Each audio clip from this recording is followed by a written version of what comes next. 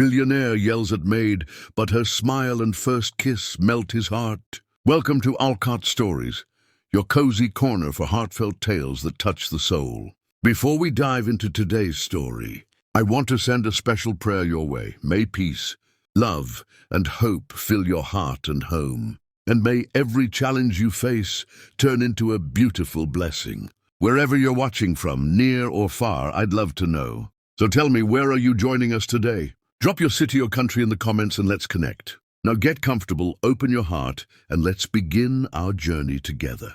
Alexander Grayson had never known warmth. Beyond the sun touching his penthouse windows, his life was measured in numbers, deals, and cold signatures on papers worth millions. At 30, he was the man every magazine labeled untouchable, not for his success, but for his ice. With dark brown hair falling stylishly over one brow and stormy blue eyes that had once frozen grown men mid-sentence, he moved through the world like a blade, sharp, precise, and dangerous. That morning his schedule was already in chaos, and the sound of shattering porcelain from the east. Wing tore through the hallway like a gunshot.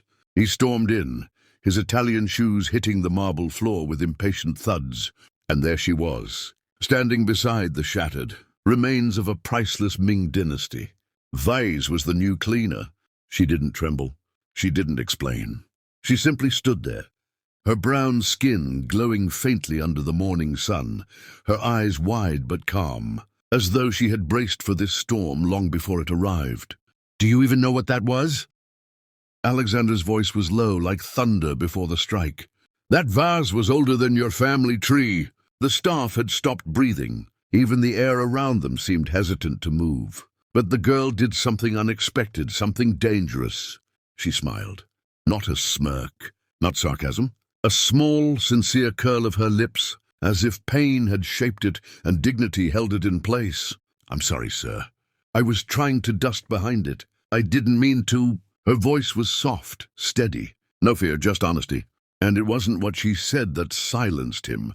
It was how she said it, like she knew sorrow not as a visitor but as a roommate.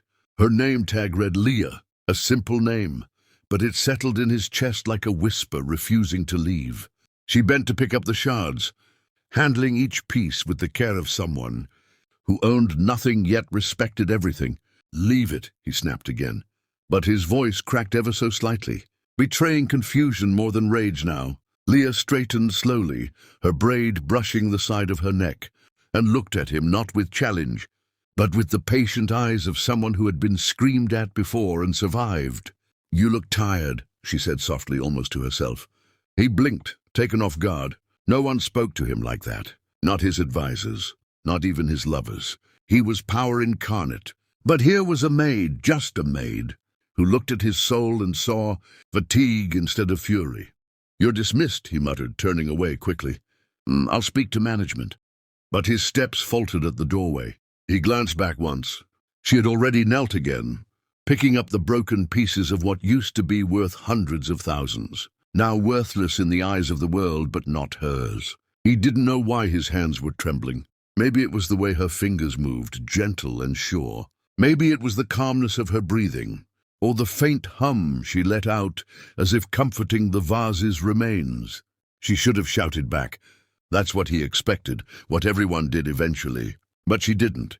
She offered grace instead of defiance, serenity instead of submission. That smile had no agenda. It was like a mirror, forcing him to see himself, really see. He didn't like it, yet he couldn't forget it. "What's your name again?"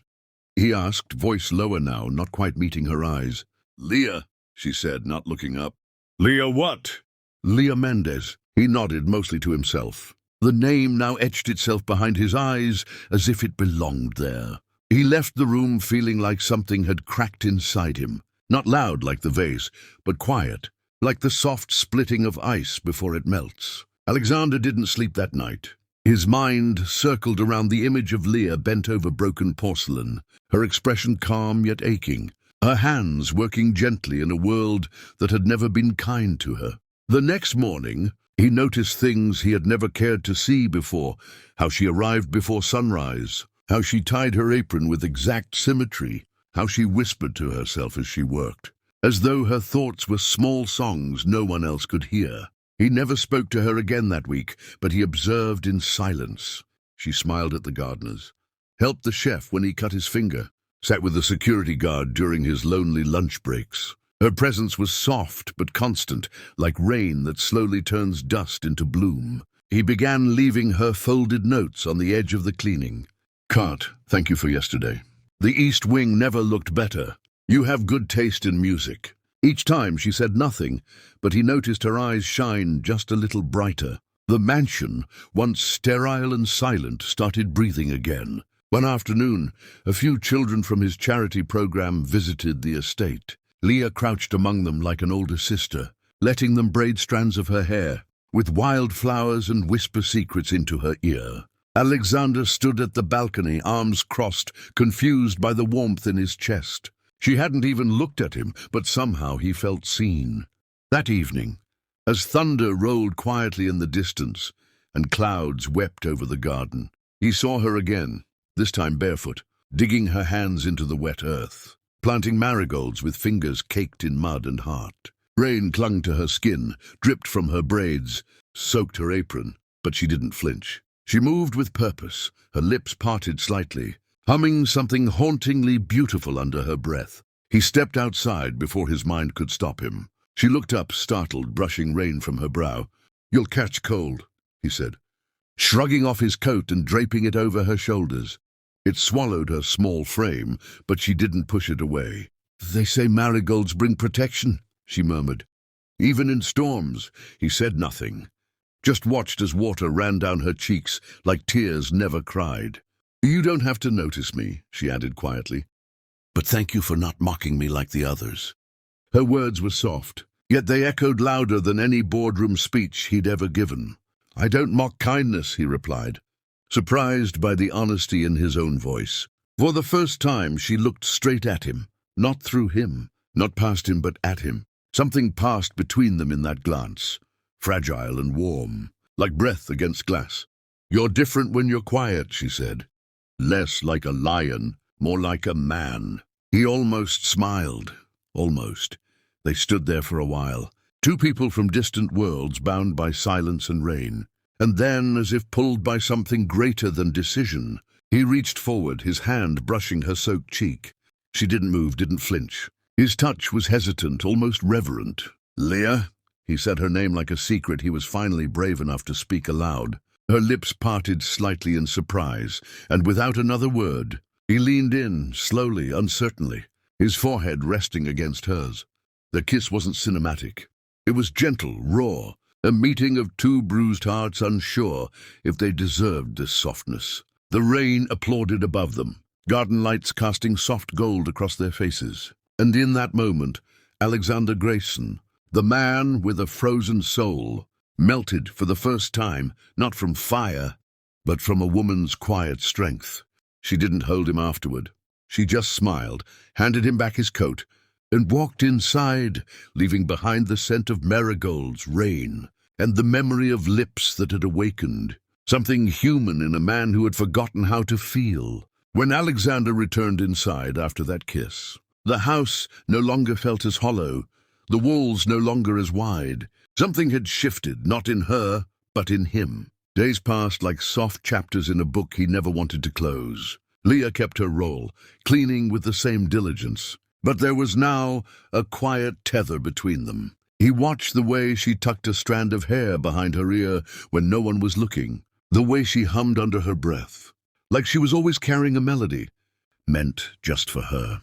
He began joining her for tea in the greenhouse, where the air was damp with bloom, and the sun dripped through the glass ceiling like honey. She would talk about small things, how lavender soothed the soul, how she dreamed of running a shelter for stray animals, how she once wrote poetry in school before survival buried art. Alexander, who once ruled boardrooms with iron logic, found himself listening without agenda. He gave her a leather-bound notebook one morning, embossed with her initials. "You still have poetry in you?" he whispered, as she turned it over in trembling hands. She looked up, eyes glossy with emotion, and didn't speak, but her smile lingered long after he'd left the room. He started cancelling meetings to walk with her through the estate gardens, his phone silenced, his world simplified to footsteps and shared glances. He took her on private trips, secluded, beaches where she could dance, barefoot in the surf, mountain lodges where she read by the fire, their hands finding each other like magnets in the quiet. She brought warmth to his cold logic, softness to his sharp world. Her laughter echoed in places that had never known joy. One golden evening beneath a willow tree by the lake on their property, he knelt, not with pomp or a diamond, the size of a planet, but with a single ring engraved with the word home. "Because that's what you've become to me," he said, voice thick with sincerity. Leah blinked through tears, nodded without a word, and pulled him into the kind of embrace that healed more than it held. The wedding was small, private, honest. No cameras, no society elites, just love, blooming like jasmine in the dark. Afterward, their mansion began to shift. Her favorite books filled the library. Music danced through the hallways, and one morning, she stood in the doorway with trembling hands, holding a positive test. He cried quietly into her shoulder, unprepared for how deeply he would love someone he hadn't even met. When their son arrived, Alexander held him like porcelain, terrified and in awe. Leah named him Elias, and from the moment Elias opened his eyes, blue like his father's, warm like hers, Alexander knew nothing in his empire could rival this small, perfect soul. Nights were no longer silent. They were filled with lullabies, soft laughter, and whispered promises under the covers. But outside their cocoon, the world watched. His board raised eyebrows, tabloids whispered, investors grew cold. Marrying the help? They scoffed. She's not your kind. The elite, painted in polish and poisoned breath, smiled to his face and sneered behind his back. Invitations to exclusive events stopped arriving. Collaborators began pulling away. But Alexander didn't flinch, not at first. He told himself their love was strong enough to drown out the world. Leah too noticed the glances, the slow exclusion, how store clerks ignored her until they saw the card with his name. But she stayed graceful, never shrinking, never bitter. "We knew it wouldn't be easy," she once said, placing Elias in his crib and brushing her hand across Alexander's cheek. "But nothing real ever is." He kissed her palm then, unsure how to tell her that even as he held her, part of him feared the slow poison of perception, how the world had built him, and how it might just take everything away for daring to love outside its lines. Alexander tried to shield their world, but the cracks grew louder than his silence. Every boardroom whisper, every backhanded compliment about refinement, every cold glance from those he once called colleagues slowly began to coil around. His pride like smoke. That's when Claire appeared, flawless, poised, wrapped in a kind of elegance the elite found palatable. She moved like glass, delicate, reflective, but sharp when broken. She smiled with the confidence of someone who had never been rejected by a room, and spoke in tones dipped in champagne and strategy. She joined the board through her family's holdings, and within weeks, her presence became a shadow in Alexander's life, polished, ever-present and subtly invasive. "You've changed," she said over wine one evening after a gala Leah had not been invited to. Not in a bad way, just softened. Her hand grazed his as if by accident, but her eyes held purpose. She never insulted Leah outright. No, Claire was too skilled for that. She used suggestion like a blade. She's sweet. But can she really handle this world? Or it must be exhausting playing two lives, CEO by day, husband to a housekeeper by night. Alexander brushed it off at first, defending Leah with cold precision. But the doubts she planted didn't vanish. They grew roots in the corners of his already fractured identity. He found himself glancing at Leah differently, not with less love, but with more uncertainty. The late nights began to return, dinners missed, Elias's laughter replaced by voicemail chimes. Claire continued to smile, always close, never crossing a line, yet every glance from her suggested she had already won. And then, one evening after a corporate retreat in the Alps, she kissed him, bold, calculated, unapologetic. He didn't stop her. In that moment he wasn't a husband or father. He was a man cornered by legacy, approval, and a world that praised power more than truth. He returned home and avoided Leah's eyes for days, guilt gnawing through his silence. She felt it before he confessed, of course she did.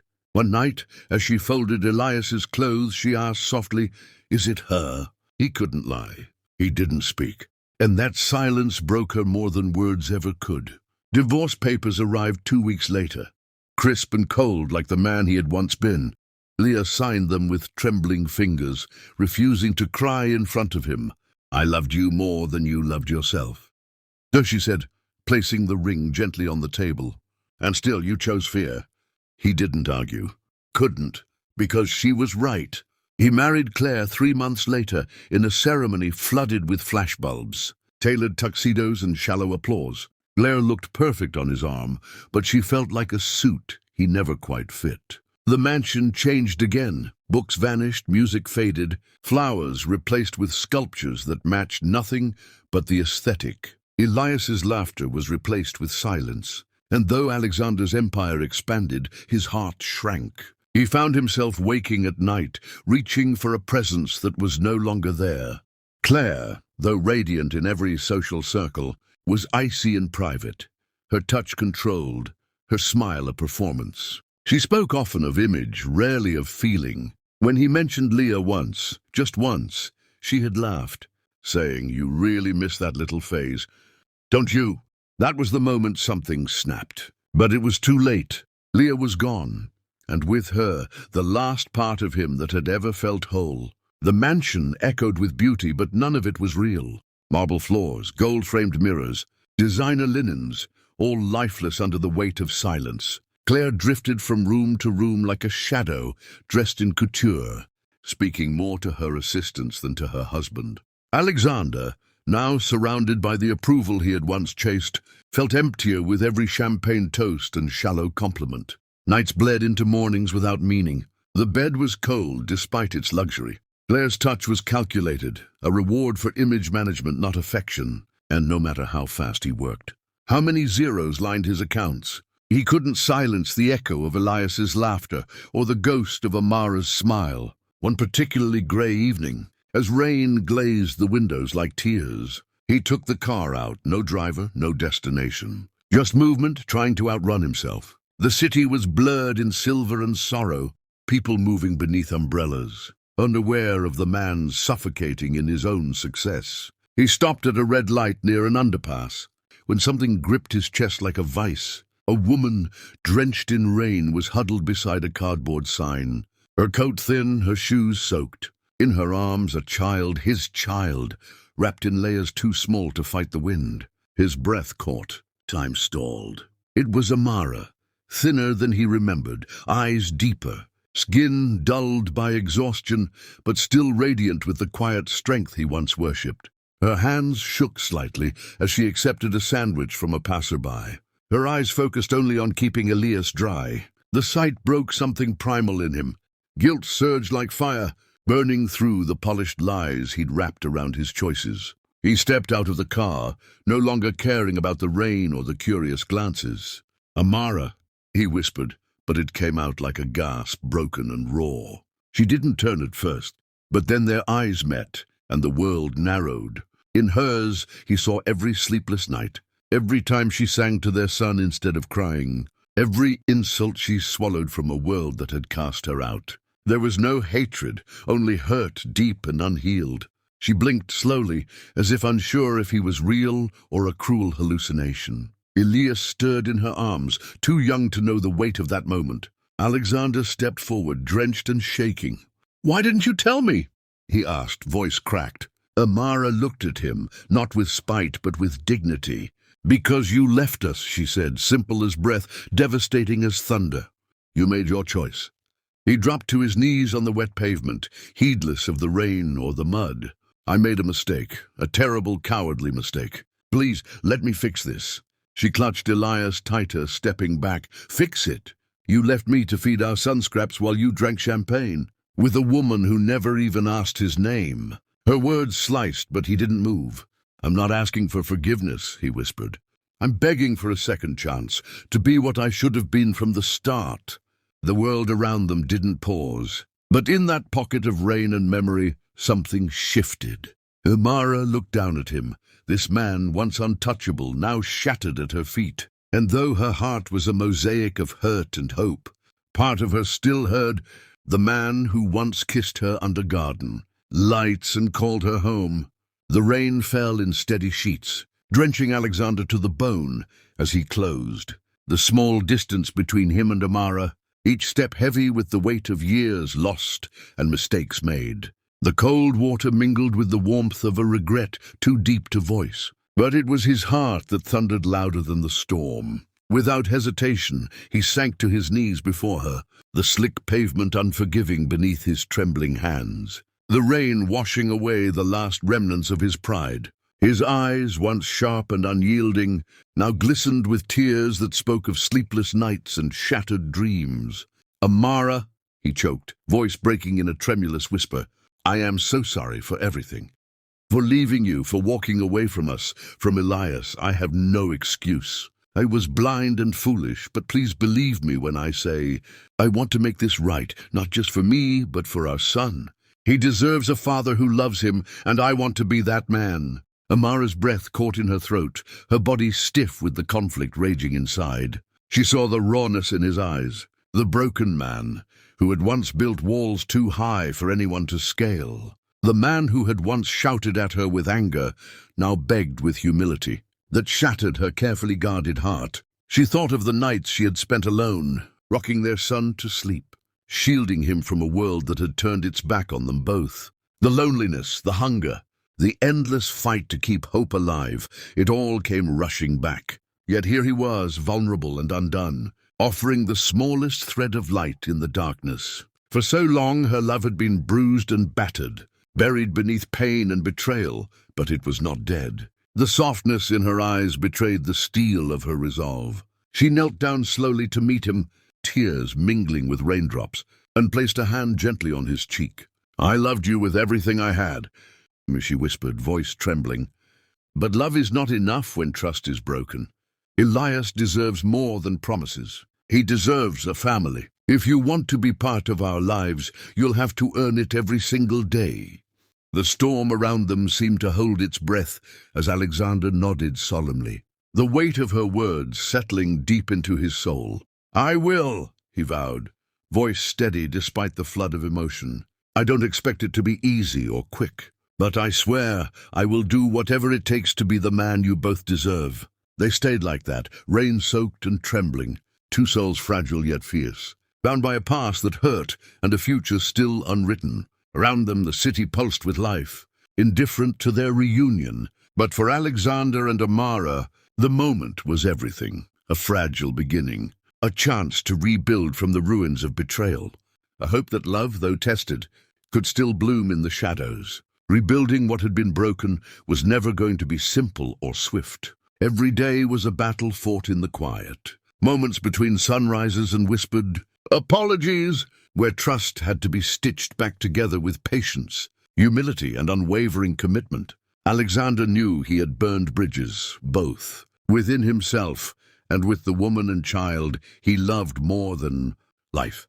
But he was determined to walk the difficult path toward redemption, no matter how long it took. The first step was leaving Claire behind, cutting loose the golden chains of a marriage, built on convenience and empty ambition. It was painful, messy, and public, but necessary to prove to Amara and to himself that he was serious about change. He divested from his vast empire, selling off holdings that had once defined him, and instead sought purpose in the small acts that money couldn't. By volunteering alongside Amara in community centers, helping mothers in need, and holding Elias close as they all navigated this new chapter together. Their days became filled with simple joys, soft mornings, spent in the kitchen with the scent of fresh bread, laughter echoing through modest rooms, bedtime stories whispered beneath worn blankets, and in those moments, Alexander discovered a world richer than any boardroom or gala.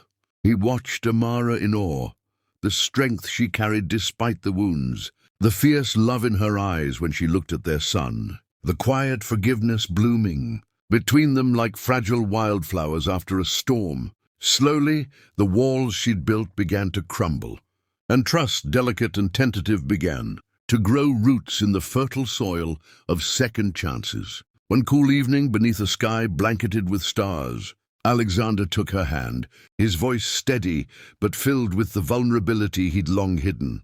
"Amara, I know I don't deserve your forgiveness, but I want to spend the rest of my life trying to earn it. Not with riches or grand gestures, but with honesty, respect, and all the love I have left to give." He knelt once more, not as a man pleading for mercy, but as a partner asking for partnership, a father promising presence. She looked down at him, this man who had broken her, and now offered her his soul, and with tears, shining like the constellations above. She smiled. "No diamonds," she whispered, "just the truth." And with that she said yes. Their kiss was slow and deep, carrying the weight of pain and hope, a seal on a promise reborn under the vast night sky. In that moment, the past's shadows lifted enough for light to flood in, not a perfect light, but one that glowed with the beauty of forgiveness and the power of love. Given a second chance, together they faced the uncertain future, hand in hand, hearts mended and spirits renewed, ready to write the next chapters of their story, this time with love as their guide.